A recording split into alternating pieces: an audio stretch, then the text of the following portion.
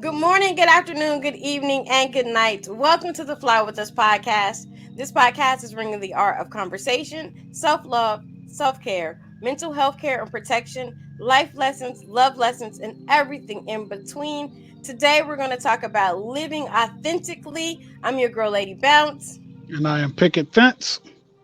Today is Mindfulness Minute. Be still and listen to the whispers of your intuition within. Let it speak to you with the guidance and wisdom you seek. Relax the body, rest the intellect, and quiet the mind. Allow your heart to have its voice. Be still in this loving, safe place and know that you are precious, unique, and important. Word up. Word up. So, we are joined today by a special guest. She is a self care guru herself. She is a podcaster and an author of 3 books and a whole book series about living authentically and living your best life with self care. Shanta, welcome to the show. Thank you. Good morning, good afternoon, good evening, wherever you're tuning in at. And thank you guys for having me. I'm excited to be here. And I love what you're doing with your podcast, and the self-care messages are really, really great. So I'm here to fly with you guys. I'm flying with you. Word. I Word. like it.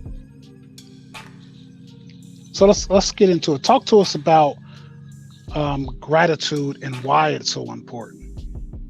Oh, I love this topic. Gratitude. Gratitude is so important because I know that many of you guys tuning in could be going through some sort of a problem, or life just sort of beats us up a little bit. And then we can just get like depressed. It can have us list where we're just not feeling too good or happy. And so when we go to a place of gratitude, I strongly believe that it always helps to raise our vibration.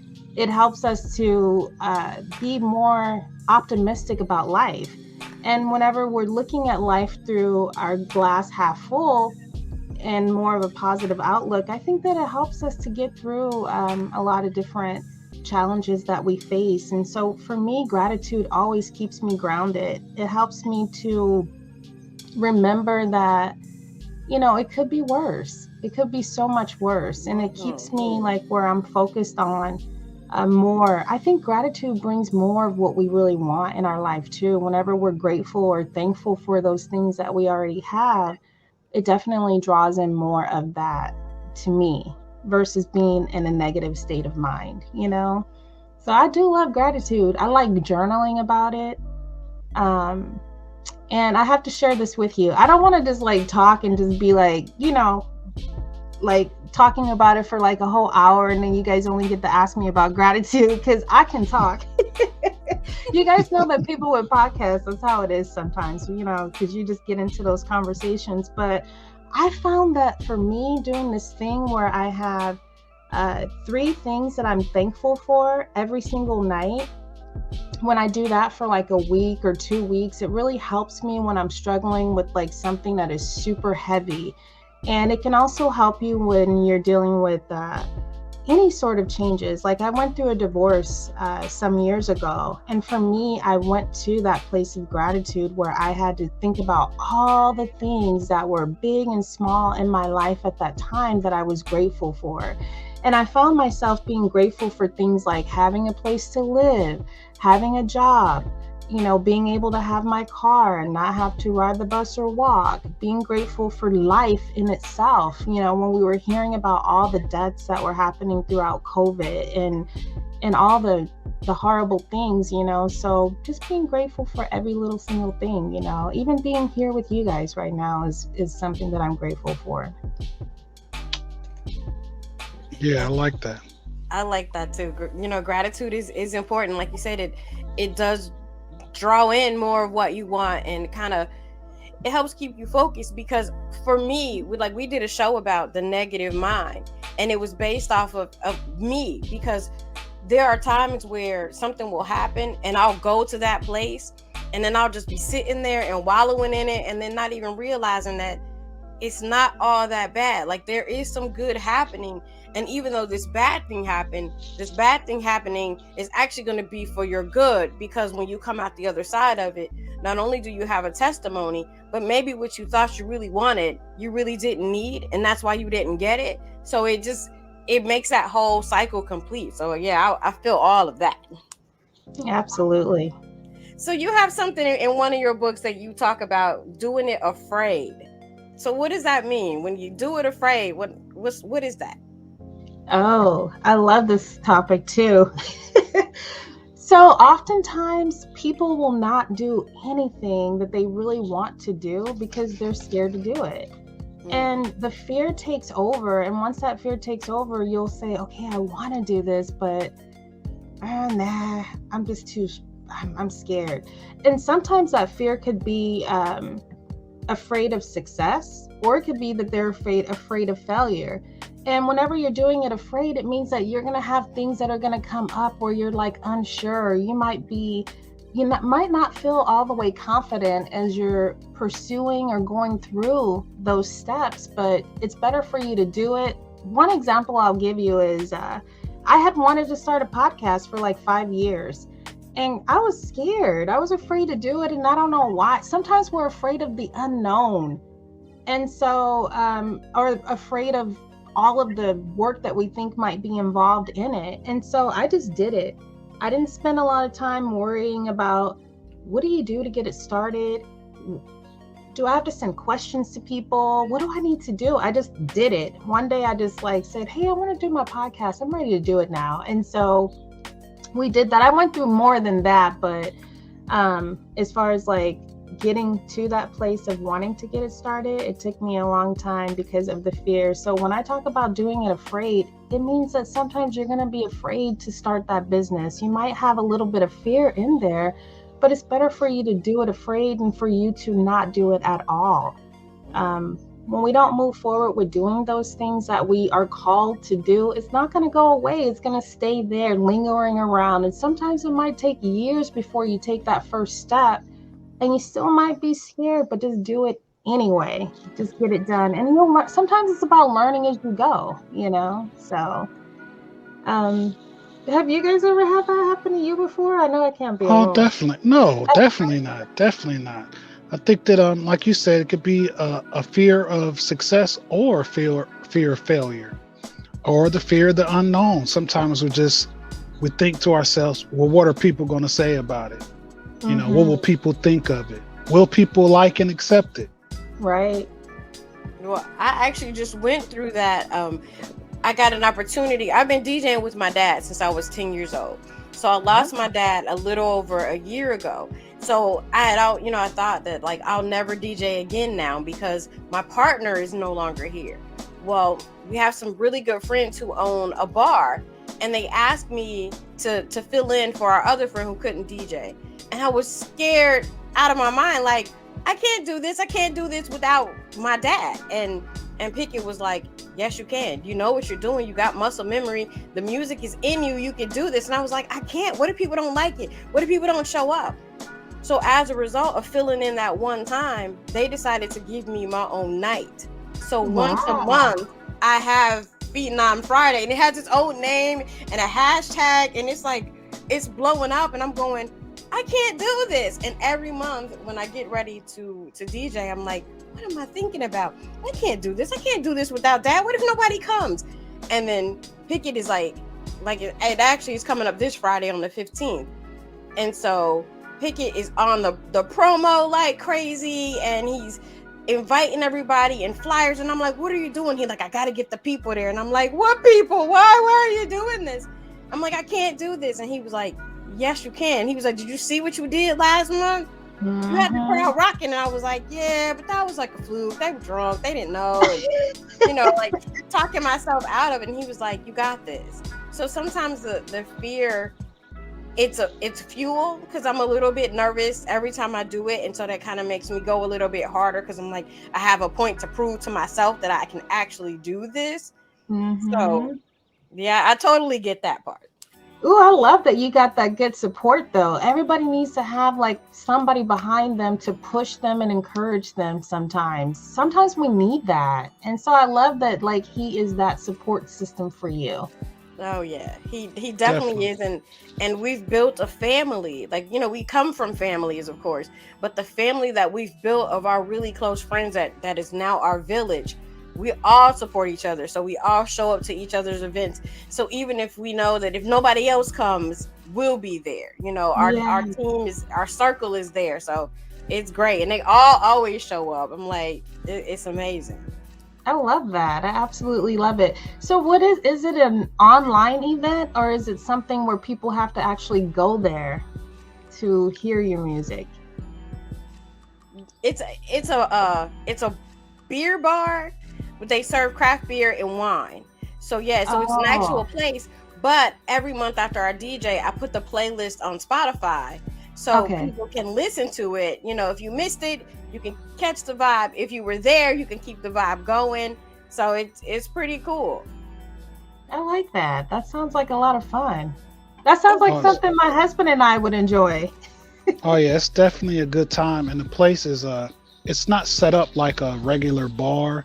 They have couches and sofas and easy chairs, so you feel like you're relaxed and at home.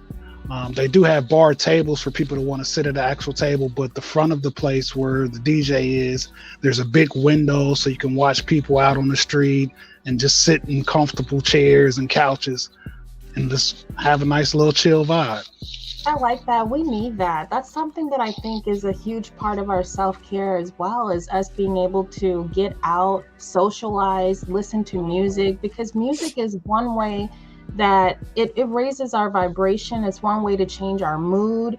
So if you're feeling like down or sad, there's certain music that you can put on that can lift you up and make you feel real good. I had that Mhm. happen to me about a week ago where I was around my house and I started my spring cleaning, you guys, because I started piling up on, a little extra junk and stuff after the holidays and all the different, um, like Thanksgiving, Christmas, New Year's. And so, anyway, I am just now getting around to cleaning. And as I was cleaning up, I started feeling like, I started looking at old pictures and I got sideswiped, where I forgot that I was supposed to be cleaning and now I'm Mhm. reminiscing. And as I was going through, I was like, oh, I remember this. Let me put that song on. So I put the song on and then on YouTube, and then it just started doing the autoplay. Next thing you know, I was feeling really sad, you guys. I was walking around my house like, wait, what was I doing? And then I would sit down. Oh, I remember this. And then my mind was just going to places I didn't want it to go. And I was like, oh, you know what? I need to change this music, and this needs to be more uplifting to get my butt up and moving. So I changed it and put on different music, and I pulled out so many clothes that were old clothes that I just had a hard time parting with before, that I decided it's time to let it go. I cleaned out so many things and it just changed the entire mood. So I know music will do that for us, as well as like cleaning and getting rid of old stuff, all that old junk. It just changes the whole atmosphere. So yeah, I love that. Oh, definitely. I think it's always good to declutter every once in a while, get rid of stuff that you're just holding on to. And I think that's a part of what you talk about. Um, and I'll ask you, why is it important to be aligned with ourselves? Ooh, it is so important so that we're not like tugging and going two different ways. We have to do, like, if I say that I am someone who wants to be successful, if I say that I want to be happy, if I say I want to have a good life, if I'm saying all of these things and but yet I'm not moving in the right direction. If I'm moving in the opposite way of where I say I want to go, that means I'm never going to get there. And when we're not in alignment with who we say we want to be and what we want to do, we're going to be unhappy. So a lot of people that you might run into, they say, "Oh, I'm miserable, I'm not happy," and they have a lot of things that they're complaining about. Whenever you really start speaking and digging deep with them, you'll discover that they're not moving in the right direction in which they say they want to go. And here's one example I'll share with you. I have a friend, and I love her dearly.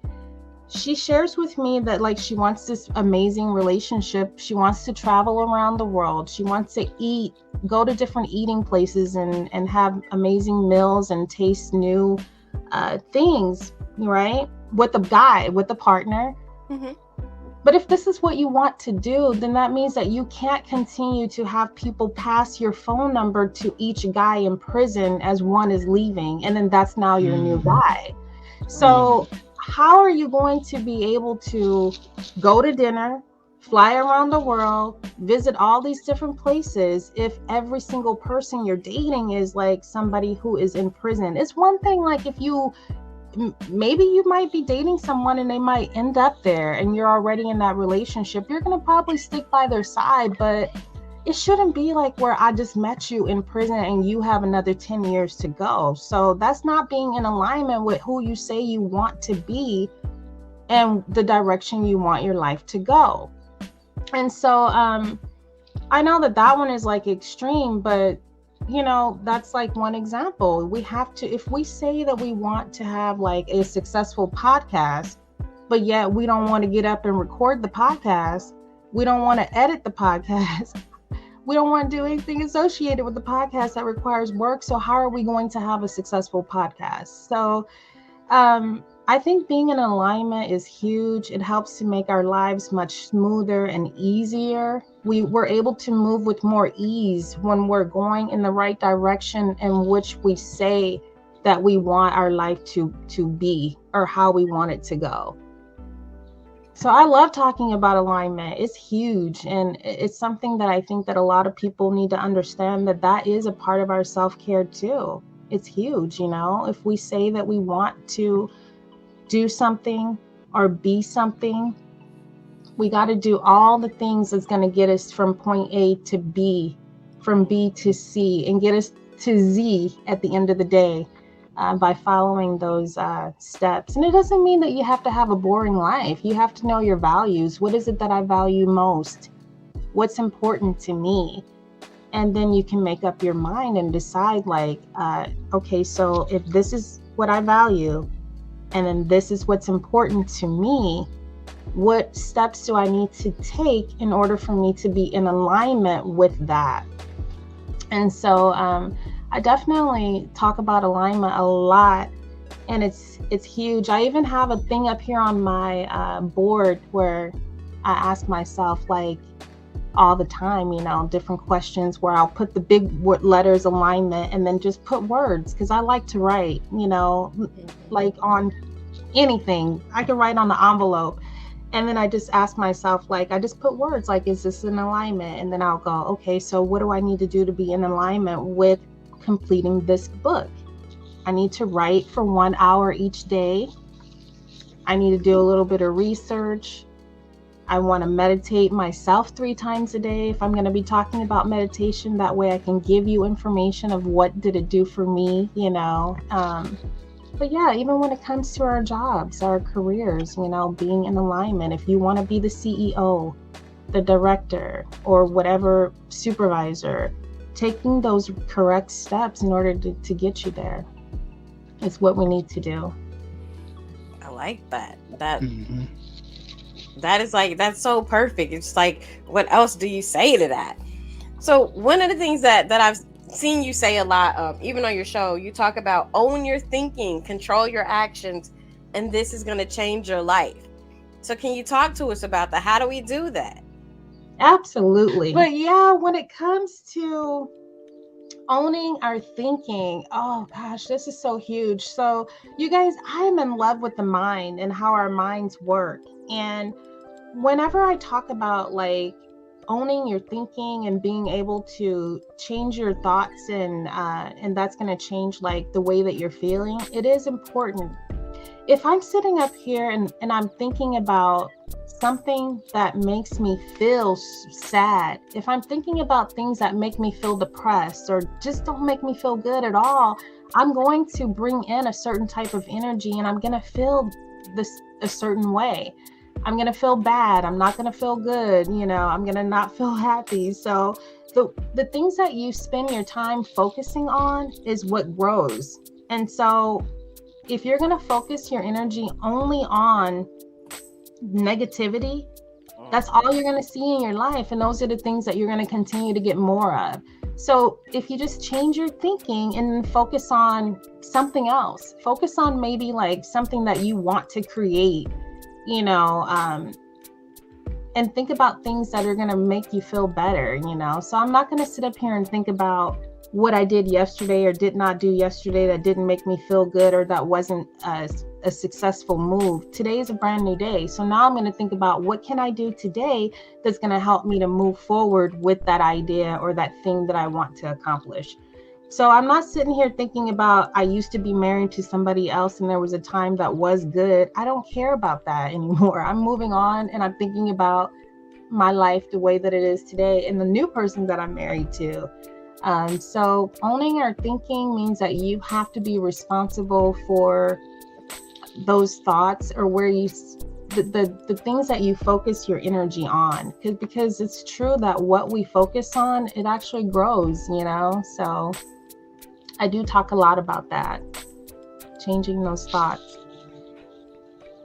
That's dope. I like that. Mm-hmm. So with all the work that you do and being a mother and teaching your son how to drive and things like that, and your coaching, what do you do for self-care? I journal, and as corny as that might sound, it's like one of my ways to release. I journal a lot about a lot of different things, and I also make sure that I now do things like hiking. It's something that I never ever thought that I would ever like. My husband was really into it, and I would say, you could just go ahead and go, I'm good. And then I went on that first hike with him and I loved it. And so I make sure that I take sometimes a whole day. If I have to I'll make sure that I get it in. So it depends. For me, self-care isn't only about me doing my nails. It's not only about me getting my hair done, but it goes much deeper than that. It's like making sure that I'm okay on a level where I'm not picking up all of the problems that other people have and carrying them in my backpack like they're mine. Understanding that what's yours is yours and what's mine is mine. And I can help you navigate this, but I'm going to make sure that I protect my energy too in the process. So I like to do stuff, pick it. I like to go out and in nature. Sometimes it might not be to do anything in particular, but it's just to get some air and breathe. And sometimes I people watch, you know. And so yeah, my self-care journey for me is one of the things that I would say I'm definitely consistent with is I actually really do journal. I know people talk about it a lot, but they might not really participate in it. I literally do. I have good conversations with myself sometimes, you know, and stuff like that, and just do those check-ins to make sure that I'm good, you know. And if I'm not, sometimes that's okay too. Sometimes I need a day like where I'm like just in my bed, you know. Mm-hmm. Yeah, I do have to take those pauses sometimes. I needed one on Friday. Or was that Saturday? Thursday? I can imagine that. Yeah, prom weekend is something else. Yes. Yeah, and you just went through it, and we just went through it. So I can only imagine, what you went through based on what we went through. Because our daughter is very girly, very, hair, nails, pink, butterflies, all that stuff. So she wanted it all, and we're just like, I've always been a tomboy, so I didn't know what to do with that. So I took her to a store where my friend works, and my other friend owns it, and I was like, here, do something with her, and whatever you guys come up with, I'm with it. Like I'm totally with it. She was beautiful. She looked gorgeous. She, very very classy, and I was proud. I was like, okay, I did kind of do some of that, like. But for the most part, I was like, yeah, this is not me. It's just not. Yeah, I think sometimes it's a lot of fun. You do have a lot of running around to do and, to take care of certain things, but it's fun. Going back to Pickett's question, I have like 5 tools, a total of 5. There's a lot more than 5, but there's like 5 main tools that I utilize in my life that I decided to share with people. And the 5 tools are, one of them is journaling. The other one is I do affirmations. And I needed to do these affirmations when I went through a period in my life where my self-esteem just really wasn't where it needed to be. And so I helped to build confidence up through that and the self-talk. Then the other thing that I added in that I had for some time was meditation, and then mindfulness, and then to wrap all that up, spirituality. So it's called JAMS is what it is. And that's journaling, affirmations, meditation, mindfulness, and spirituality. Those are 5 tools to me that are my self-care. That's my self-care toolkit. You know, I like it. Yeah, I definitely like that. Jams. I like that a lot. yeah, jams. It's like if you add that in your life, because we have to have some way, we have to have a way that we take care of our mind, body, and our spirit, not just our physical appearance, but more than that matters. Because a lot of times when we're not taking care of ourselves, it runs bigger than just like, oh, I need to make sure I get enough sleep. It's more than that. Our mental health is really important in that too. Definitely. Definitely. Oh, we're coming close on time, so before we get out of here, we got to get into my favorite part of the show. Doom, doom, doom, doom, doom. Brain science, science, science.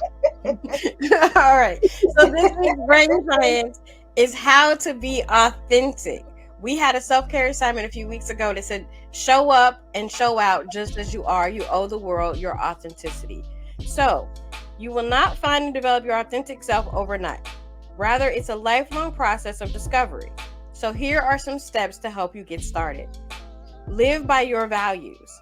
Living authentically means you live according to the values and beliefs that you hold most dear, and that the personal goals that you pursue emerge from there. Your first step is to identify your core values and then commit to living and working according to them. You need to set personal and career goals that align with these. Then you want to identify the gap. Is there a gap between where you are now and the person you know you could be? Is it personal? Is it at work?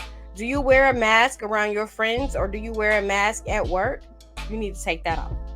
Perhaps you're more abrasive with your team than you'd like to be, because you think that's how a leader gets things done. Or maybe you adopt a flippant attitude because you don't want others to think that you're boring. Or maybe you take a serious attitude to your job. Or maybe you're blaming others and you're not looking at yourself and what you add or take away from the problems that you face and you deal with. So try to identify where these gaps are by writing a list of words that describe the qualities of the person you know you can be, and by thinking about how closely these reflect how you really are. This is a big one for me. Number 3, live with integrity. It takes courage to develop and preserve integrity. Start by analyzing the daily choices that you make. You will often intuitively know what the right and wrong choices are.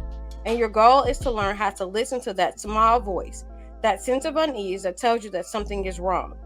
Study each choice that you make and ask yourself which one will make you feel good about yourself, and act accordingly. Number 4, communicate honestly. Honest communication involves saying what you mean while respecting the other person's needs and feelings. This takes emotional intelligence and good communication skills. It also means not playing games. You speak your mind and you don't rely on cryptic hints or other tactics to get your point across. I had to pause on that one because I brought to mind a person who does that to me all the time.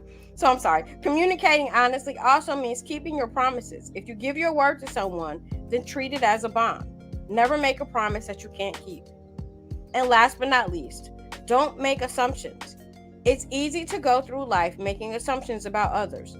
Where judgment isn't strictly necessary, try your best to suspend your judgments. Let others' actions speak for themselves and take their words at face value. It's easy to make the effort to be completely open-minded with others. They'll extend the same courtesy to you. As you're doing this, you will also develop your self-confidence. Authenticity requires strength of character. especially when others are pressuring you to act in a way that you know is wrong. This is why you have to build your self-confidence. When you build your self-confidence, you also get a strong sense of self and assertiveness that you need to stand your ground, and that will help you get through all of these challenging situations. So, be authentic. It means that you may miss some short-term opportunities. After all, it is always tempting to sell your best points and maybe exaggerate a bit of those great seeming opportunities. In reality, there are times where this may pay off. However, other times you may fall flat on your face and destroy your reputation in the process. Either way, you're not setting yourself up for long-term happiness by doing this. It's usually better to understand your own values and your own genuine strengths and then work hard to find opportunities where these values and strengths really matter for success. That way, you can be authentic, happy, and successful all at the same time. I love it. I absolutely love it. Love it, love it. Now, before we get out of here, tell the people how they can get in contact with you and how they can listen to your podcast. You guys can connect with me on Instagram, Facebook, Authentic Talks too. And also, you're able to listen to the podcast on any platform, wherever Spotify, Castbox, any of those platforms. And the book is available on Amazon. And I love what you shared, Lady Bounce, because a lot of the information, like how you were wrapping it up, I talk about like judgment in my book, how like we can't get to that place where we're judging ourselves and as well as other people. We need to like move away from that. So I love that you mentioned that. And I enjoyed being on you guys' podcast. I thought it was pretty cool. I like what you're doing. Keep doing it. Thank you. Good stuff. Thank you. We enjoyed having you. You have to come back sometime because I know it's short, but we have a lot more that we can talk about. So you definitely have to come back and talk to us again. Yeah, absolutely. Anytime. Keep on doing you. Cool. That's our show for this week. You can find us wherever you find your favorite podcasts. We're on all social media, and you can follow us daily on our self-care assignments on Facebook. It's your boy Picket Fence. And I'm your girl, Lady Bounce. We out of here. Peace. Peace.